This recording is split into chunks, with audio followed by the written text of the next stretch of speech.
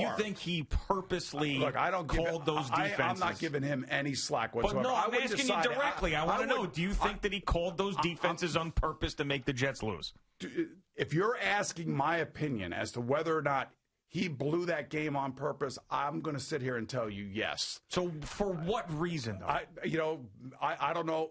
I hope that there's no internal understanding as to the way this has to go down. There's no way. Or there's such a disdain for the head coach that he wants them to be winless, so that goes on Adam Gase's record. That could be the case. I would be surprised if after the game he sent a text to Joe Douglas, "There's your Christmas present. Merry Christmas."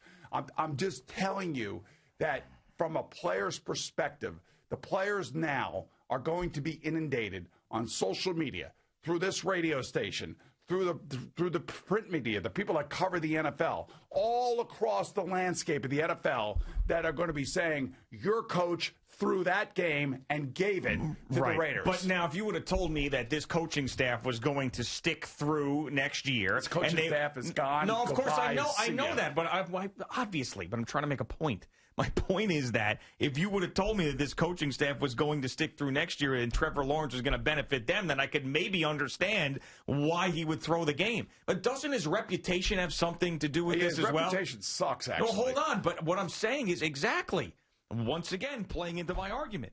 His reputation is he's overly aggressive and stupid his entire career. That's what he's been. So what happens if he would have sacked Derek Carr at that point? He would have been pissed because that's what he does. I mean, I know it's idiotic, but he's idiotic. If you got Jalen Ramsey out there, you got Stephon Gilmore out there, you got Darius Slay out there, you get any one of those guys out there. I could have Aaron Glenn out there when he was at the top of his game. I can understand it. Ty Law out there, have some experience. You're playing. I know it's idiotic. You don't have to convince me of it being idiotic. With a rookie undrafted free agent. You don't need to convince me how stupid it is. And like Derek Carr said, when I got to the line, I couldn't believe what I was saying. Neither could I, and neither could anybody that I work with. And I'm telling you right now. Why would he throw it, though?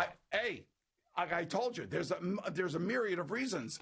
All I can tell you is that but he's not going to be working for the Jets, so that reason's out. Hey, Greg, it's the 411 of how not to do it. Okay. And there's really no explanation other than the one that I'm giving you. And I'm telling you. But you're not giving me an explanation. Telling you, his ass is out on the street this morning because he just basically threw my entire team under the bus. So why would he want that? And it's bad enough as it is, and I'm not even talking about it from a Jet fan perspective. Yeah, I'm a realist. I understand. Trevor Lawrence and a new coach is something to sell, is something to get the fans excited about. That's exactly what needs to happen.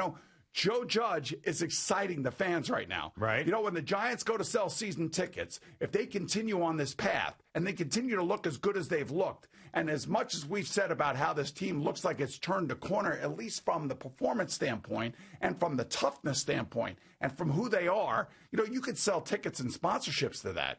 Our station can sell tickets and sponsorships around the Giants. It works out that way. That's the business side of what's going on here in the NFL. Yeah. And Joe Judge is basically hitting the freaking ball out of the park. Right. All right, well, let's on the focus other side, it, now, if you are the Jets, right, and you are Christopher Johnson, and you watched that unfold yesterday, and now you're listening to all of us react to this. And I reacted to this yesterday, by the way, on the air, right as it was happening. And I said what I said then, and I believe it. And I'm saying it again this morning. But he threw the game for what reason?